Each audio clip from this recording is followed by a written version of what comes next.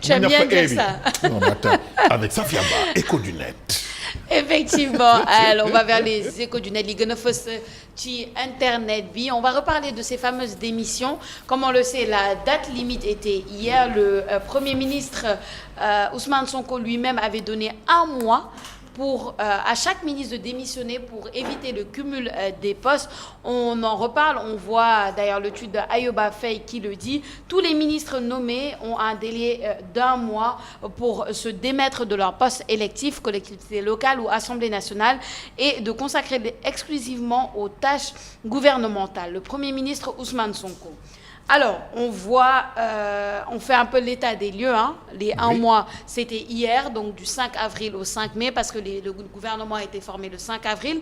Et beaucoup ont démissionné, beaucoup ont respecter le mot d'ordre, dont le Premier ministre Ousmane Sonko, qui a été le premier à démissionner de la tête de la mairie Ziguinchor. Pareil pour le ministre de l'Énergie, Biram Souleye Diop, qui était maire de Thiès-Nioro et qui rejoint le ministre de l'Industrie et du Commerce, Serigne Gueye Diop. L'autre aussi qui a démissionné de sa mairie de Sandiara. Et jusqu'à hier soir, par contre, on attendait encore la démission de la ministre de la Famille et des Solidarités, Maimouna Dièye, qui n'avait pas encore officiellement, oui, démissionné de la mairie de Padoua. Yankoba Diémé aussi a démissionné du poste de président de conseil départemental. Donc c'est un peu l'état des lieux. On voit un peu ce que les internautes ont dit par rapport à tout ça. On le rappelle, le Premier ministre Ousmane Sonko a remis sa démission de son poste de maire de Ziguinchor. Cette décision entre dans le cadre de la lutte contre le cumul des fonctions, dont le nouveau président de la République a donné un délai d'un mois aux nouveaux ministres de démissionner de leur ancienne fonction. Pape Ismaïla Adien qui dit en réalité la démission d'un élu local ou parlementaire doit être publiée afin que les citoyens qui l'ont élu en soient informés, d'autant que cela apporte un changement. Ils vont être représentés par quelqu'un qu'ils n'avaient pas élu. Momar Hassan qui dit les concernés ont en réalité démissionné depuis longtemps, selon lui. Hein, les délais ont été respectés. Gouvernement Boubès Vidara d'où fuité. Bon, ça c'est l'avis de Momar Hassan. Ensuite, on a le profane qui nous dit mais techniquement, Ousmane Sonko est toujours maire de Ziguinchor car il faut que Bala accepte sa démission. Or, l'administration est off durant le week-end. Ce sera au pire en mode fast-track lundi. Donc lundi 6 mai, hors délai. Et même cela fait, il assure son intérim jusqu'à l'élection du maire. Article 133. Bon, c'est les technicalités peut-être qu'on oublie souvent, dont le profane nous fait pas. On a ensuite Abou Talib qui nous dit... parce que en fait la réponse à ce tweet, il y avait un tweet qui demandait est-ce qu'Ousmane Sonko avant de démissionner, est-ce qu'il a fait le bilan un peu de ses œuvres, de ce qu'il a fait en tant que maire de Ziguinchor. Et en réponse il y a Abou Talib qui dit mais on ne lui permettait même pas de signer les documents de la mairie quand il était en détention alors que c'était permis aux autres maires incarcérés. Un exemple parmi d'autres. Brankumbo lui aussi qui répond, Branco Sénégal qui dit il attend le bilan de Macky Sall sur les 50 000 milliards que le peuple lui a donné pendant 12 ans. Donc voilà, un peu d'ironie pour terminer tout ça. Voilà un peu li nga xamanteni nit ñi xalaat nañ ko ci démission ou membre du gouvernement bi ci poste pour éviter le cumul des postes. Je pense que c'était une grande bataille en tout cas du président de la République Bassirou Diomaye Faye et du Premier ministre Ousmane Sonko avant même qu'il soit nommé. Dafa bokkoon sax ci seen campagne, ils étaient contre les cumuls des postes. Ils disaient que ils ne pouvaient pas comprendre ni accepter cela. Ils dénonçaient cela. Donc ils ne peuvent que faire preuve de bonne foi et de suite logique en démissionnant et en n'acceptant pas que n'importe quel membre du gouvernement garde ce cumul des postes. Et c'est pour ça qu'on attend vivement la démission de Maimouna Dièye, mais à la mairie de Padoua. Elle est hors délai, ça y est, parce qu'aujourd'hui on est le 6 mai. Mais xam naa ni il faut mu def ko dans les plus brefs délais. J'ai une petite question. Ah, peut-être sama xam-xam yeggagul foofu man su ma nekkee directeur général de benn société privée. su fekkee ni dama am benn poste boo xam dafa am conflit d'intérêt ak li may fi ma nekk. dama naan écoute man je nomme un intérim désintéressé aussi salaire bi fonction yi ak man du ma signé ti daal. Au moins genre de disponibilité lay doon. Est-ce que c'est applicable quand on administre une collectivité locale, Hassana?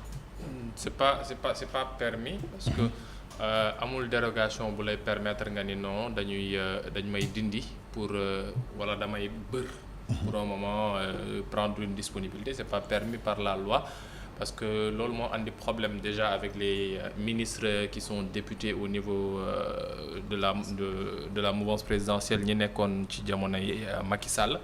Beaucoup ils avaient démissionné parce que la loi ne permet pas nga nekk ministre nekk député. Il y a une loi bi xam ne teg nañ ko pour mënoon permettre député yooyu ministre yooyu suñu paree seen mandat ñu mën a delluwaat assemblée mais il y a pas de décret d'application. Absolument. Loolu moo nekk pour les députés mais pour les maires c'est pas possible. Les maires il faut que nga démissionner poste bi su fekkee ne da nga ne damay bàyyi da ngay bàyyi complètement. Une démission effective constatée voilà boo xam ne soo ko tegee nag léegi après on change le conseil municipal se réunit parce que comme ni ko Sophia waxee avec le tweet de Moustapha Saïd du Profane que je salue au passage. Coow bi mooy il y a une procédure qu'il faut respecter. On a une direction des collectivités territoriales qui a à sa tête maintenant le ministre des collectivités territoriales de la décentralisation de l'urbanisme, en l'occurrence Balla Moussa Fofana, qui reçoit la lettre de démission. La lettre de démission reçue doit être notifiée par la suite au gouverneur de la région. En fait, les 30 jours n'ont pas été choisis par hasard. Non. Okay. Il faut que nga remettre ça au gouverneur. Le gouverneur qui accuse réception et dit que on a reçu la démission venant de la direction et du ministère qui accepte la démission. Après nag mu doogaa di ko wàccee le préfet. Parce qu'on oublie que le préfet c'est lui qui préside le conseil municipal en cas d'élection ak yenn yi xam ne dafa war a am ci yenn procédures yu ñu war a mën a def. Le préfet accepte aussi et reçoit la notification après boobu nag ñu doogaa di ko jël wàccee ko ci conseil municipal bi suñ ko wàcceewee ci conseil municipal bi là on peut dire que de manière effective conseil municipal bi dëkk bi ñëpp xam nañu ne fi mu toll nii diw mi nekkatul suñu maire. Après nag y a un quiproquo boo xam ne moo nekk ci biir mooy que tu n'es plus maire mais tu es toujours conseiller municipal. Et quand tu es toujours conseiller municipal tu es toujours membre de la mairie et tu as ton mot à dire. Et faut pas l'oublier, Ousmane Sonko c'est pas n'importe qui. Ousmane Sonko nekk conseiller municipal ci biir mairie bu Ziguinchor, à la limite on pourrait dire que c'est le maire à la place du maire. Ouais. Peut-être que lui il va dire non, on fait comme ça, on peut faire comme ça. D'où la démission qu'on a demandé aux gens, c'est bien, c'est acté, mais il faudrait peut-être ñu xoolaat texte yi ba nit ki su fekkee ne dañuy wax ne conflit d'intérêt la ñuy bañ moom moo tax ñu ne noonu na nga focaliser wu ci lii képp soo bañee conflit d'intérêt boobu en démissionnant du poste de maire nga démissionner isam en tant que conseiller municipal et là ñu xool ban disposition la ñuy def pour mën fa dugal keneen à la place parce que sinon on délocalise un petit peu le problème mais on le résout pas. Et ça fait ressortir le mot que j'ai utilisé, la notion d'intérim. Oui, c'est la notion d'intérim et justement Nico Cheikh Hassan a waxee léegi je pense que les textes doivent être revus parce qu'il y a beaucoup de choses qui sont laissées, il y a quelques couacs que cette situation crée. Admettons par souci de conflit d'intérêt et loolu c'est à saluer. On décide de ne pas faire de cumul de fonctions au niveau du gouvernement, au niveau étatique, au niveau voilà, etc. C'est bien parce que c'est vrai qu'un ministre qui est en même temps maire ou qui est en même temps député, ça pose problème. Mais l'autre problème qui se pose justement après cette démission-là, c'est que légalement, déjà pour moi, un maire il est élu. Un député. Les gens lui ont fait confiance. Les gens lui ont fait confiance. Genre comme mairie. Voilà, les gens t'ont fait confiance. Le député, etc., etc. Et là, quand tu démissionnes, la personne qui te remplace, comment ça se passe? Où est sa légitimité? Qui en décide? D'ici les prochaines élections, ça pose un problème. Ça pose un problème parce que oui, la personne qui va te remplacer, toi tu es par intérim, justement, donc le conflit d'intérêt ne se règle pas. Tu es toujours, en quelque sorte, Nico Hassan Aouaré, preneur de décision. Ou alors aussi la personne qui va venir te remplacer, où est sa légitimité par rapport au peuple qui doit élire son maire, qui doit élire son député. J'ai une question pour toi. Penses-tu que un élu devrait, à la limite, démissionner de son poste électif pour un portefeuille ministériel? C'est complexe comme question parce que quand on te nomme xam nga dafa précaire en fait le poste ministre Al Hadji Hassana c'est très précaire. dafa précaire parce que dañ lay nommer ministre on te nomme alors que maire tu es élu. Pour 5 ans. C'est différent. Voilà. Il faut le notifier, c'est une élection suffrage universel direct.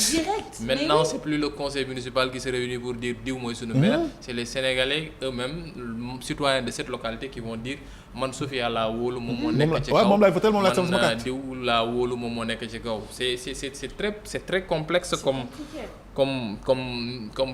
comme choix à faire, mais quand même en fait tu as la possibilité tu te dis man damay toog ci mairie bi parce que ñii ñoo ma wóolu votel ma, même si il faut le dire et il faut aussi le rappeler, ñi bëri ñi xam ne nekk nañu maire ci élection locale 2022 yi c'était Macky Sall contre Ousmane Sonko.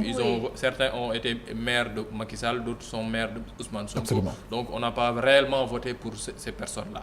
moom moo tax pour ce cas de figure, quand le duo Ousmane Sonko et Bassirou Diomaye disent qu'il faut rendre les postes le tablier, peut-être à ce moment ñoom dinañu comprendre que ki leen ko joxoon moom moo leen ko laajaat pour ki jox ko keneen, mais day andi ba léegi coow parce que ëllëg su conseil des qu'on le dise ou pas fii ak septembre novembre dinañ am remaniement ministériel parce que c'est sûr que l'assemblée va être dissoute, dinañ defaat ay élections législatives pour am beneen assemblée.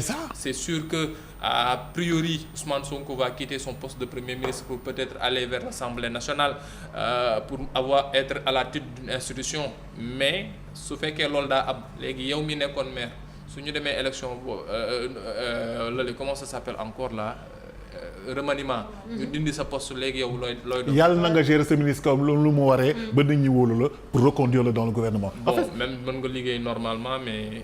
man daal tout à l'heure tu as entendu certains dire que affaire yi gâteau la te am na ñu jotagul seen wàll. doy na waar. Rose, t'as un avis sur la question cumul de mandat yi. waaw li nga Hassana waxee rek bon après question de choix la wante vraiment le fait que population bi tànn la pour benn poste bokku la ñëw rek tab la def la ministre, donc à tout moment mën nañ la wàcc, mais aussi question de confiance bi aussi est-ce que tamit ki ñu fay bàyyi dina répondre aux critères yi nga xamante ni moo tax askan wi teg la fa, parce que du ñu fàtte benn yoon que ñoom suñu démissionné élection dina amaat seen biir, mais du population bi ñooy tabaat ka leen nekkal maire, mais ñoom ci seen biir ci conseillers yi ñooy xool def vote daal di tabb kenn pour mu remplacer ki nga xamante ni moo fay jóge, et kooku mën na nekk choix boo xamante ni arrangé wul li nga xamante ni mooy askan bi, donc askan bi mooy pertaat encore. Mais ci beneen côté il faut saluer le fait que ñu respecter li nga xamante ni mooy dakkal cumul de fonction bi. Après ce qu'on dit c'est vrai, bon le malheur des uns fait le bonheur des autres. Donc benn côté c'est à saluer, mais après dommage yi aussi bu ñu ko fàtte. Il faut revoir les textes. Il faut prévoir. En fait, c'est surtout ça. Parce que les textes, on voit que suñu texte yi sax en fait prévoir ce genre de situation-là. Parce qu'il y a des choses, on a énormément de questions, on se pose des questions par rapport à la légitimité, par rapport à OK, qu'est-ce qui se passe en attendant, par rapport à OK, mais tu démissionnes alors que c'est le peuple qui t'a élu. Suñu texte, il faut que ñu xoolaat ko. Mais est-ce que j'ai une question pour vous trois. Est-ce que tamit suñu gouvernement yi waruñu nommer ñoo xam ni defuñu politique. wax ji yëpp loolu la quoi en fait. Est-ce que waruñu nommer ñoo xam ni defuñu politique wala nekkuñu ci maire wala conseiller wala dara. Mais ça comme ça mu gën a yomb ci ñooñu parce que pression bu ñu am dans le gouvernement mais amuñu ko seen mairie. Mais xam nga loolu mënoo ko assurer, c'est-à-dire que quelqu'un peut avoir, comme encore une fois la difficulté se trouve là, maire bi dañ ko élire. Oui, tu vois, oui, c'est vrai, on sait que c'est circonstanciel, on sait que voilà, souvent c'est des gens qui font bloc et en élisant tel, on élit plus pour une personne, etc. On sait comment ça se passe ces élections législatives, mais tout de même, cette personne-là a quand même la légitimité d'avoir été élue par le peuple. Donc à partir de ce moment-là, il est élu. Est-ce que ça veut dire que demain il peut pas être nommé? Non, il peut être nommé. Tu peux pas dire que parce que yow maire nga de me le nommer à tel poste. Non, je pense que ça va être difficile de faire ça. Je pense plutôt que nos textes doivent revenir et prévoir justement ce genre de situation-là, parce que justement maintenant c'est le moment nag d'intégrer le non au cumul des fonctions, tout simplement, et de savoir que léegi comme ça se passe comme ça définitivement, parce que c'est une très bonne chose. De base c'est une excellente initiative, mais nag initiative bi dans la faisabilité il y a des choses à revoir te loolu il faut que ñu toog waxtaan ci à l'intérieur de nos textes à mon avis. ah compliqué na daal. ouais Rose compliqué na de. compliqué wul nànk sax. Cheikh Hassana. non mais man moom wax dëgg fa neex yàlla en fait politique itam da ngay fal ki nga wóolu. c'est vrai que mën nga fal koo xam ne moom moo mën li muy def. mais da ngay fal ki nga wóolu. parce que su fekkee da ngay def liggéey boo xam ne c'est sûr et certain que après coow bi mooy après on dira le gouvernement de Ousmane Sonko ou bien sous le magistère de Bassirou Diomaye Faye. C'est pourquoi quelquefois c'est difficile d'exclure la politique. Sénégal ñun nu ñuy defee politique moo salte rek. tamit dëgg. ñun nu ñuy defee politique moo salte rek. mais est-ce que nag on est à l'ère de la rupture, hein? Bon, alors on a tout chamboulé, hein? On a certains qui étaient là depuis machallah. On a vu les rapports maintenant qui sont en train de sortir yenn saa yi da ngay gis yenn tur yi da ngay reetaan. Ah oui. C'est juste pour dire que finalement c'est une rupture prônée en attendant que cette rupture soit vraiment assurée et assumée. ñu dox ci mais la politique en tant que telle bi xam ne moom la ñu def Sénégal moo salte mais c'est normal qu'on prenne des gens politiques qui sont dans la politique parce que la politique c'est rien d'autre que l'art de bien gérer les affaires de la cité toute la question nag est là. mais bien gérer les affaires de la cité c'est pas l'art de bien se partager les biens de la cité. yaa ko wax de. te ñun d'habitude fii Sénégal c'est plus l'art de bien gérer surtout les biens des autres là et le garder dans nos poches que le contraire. Parce que les propos de Hassana Fall n'engagent juridiquement aucun d'entre nous sur le plateau. Et ni un média invest. mais xanaa gisoo leen hectares yi. non mais Al xanaa gisoo leen hectares yi. Sophia est-ce que mën nga conclure s'il te plaît. non mais Al gis nga Sophia balaa moo conclure gis nga j'exhorte vraiment les Sénégalais à acheter aujourd'hui le quotidien Bës Bi. Oui. Pour l'enquête qu'ils ont menée. Absolument. C'est un super dossier. Et d'excellentes plumes. Très fouillé qui a fait sortir des choses yoo xam ne après tu es vraiment abasourdi. Le mètre carré nga wut ko fi Sénégal. nekk góorgóorlu. C'est tout un problème. mais doo ko am. C'est tout un problème di nga épargner 5 ans. déedéet moom kay da ngay am activité connexe. non da ngay épargner 5 ans. waaw nga épargner 5 ans dem lebaat banque. pour tabax. nga leb banque ba pare pour jënd suuf déjà. d'abord. nga jënd suuf léegi nag war a xool nooy korto benn ndànk-ndànk nga pour ñëw yëkkati. alors que à ce moment-là on te dit que y a des gens yoo xam ne yëkkati nañu parce que neex nga ma parce que am nga poste de responsabilité parce que yaa ngi may politigal ñu yëkkati 1 hectare 1000 kilomètres carrés. C'est combien de parcelles yoo xam ne mën nañ yëkkati ay kër yoo xam ne dañ koy wax on a parlé de projet 100 000 logements sociaux la ñu waxoon au début. Et 100 000 logements c'était pour les familles démunies yi xam ne seen loxo jotul seen digg ginnaaw. benn famille démunie jot mais vraiment quand tu entends que on a pris des hectares jox ko ñenn ñi alors que le projet 100 000 logements était là ñu waroon ci jàppale ñi xam ne ñooy néew di doole tu te dis vraiment clairement da ngay yërëm ñi xam ne ñoom ñoo faatu. et tu les comprends jeunes yi xam ne ñoom ñoo jël yoonu Nicaragua gi noonu ngay comprendre jeunes yi xam ne ñoom ñoo jël yoonu géej gi parce que soo toogee te gis ñenn ñuy def toog muy dox alors que yow da ngay dox mais affaire bi day toog. benn place bañ a bouger. doy na waar. tu te dis ceux qui me gouvernent là est-ce que réellement ils sont là pour moi wala. voilà pour leur poche. Un petit rappel du sujet de Écho du Net mooy maanaam la démission Exactement. La démission des membres du gouvernement ayant d'autres postes aux différentes mairies, des postes à l'Assemblée nationale, etc. Je conclus juste en disant que fi mu ne nii daal. On ne peut pas être allé aussi loin, avoir découvert autant de choses par rapport à comment le gouvernement passait à gérer notamment notre foncier, parce que c'est notre foncier. Sans poursuite. En tant que Sénégalais, sans que ça suive. Non, on est déjà egg nañ fii kay.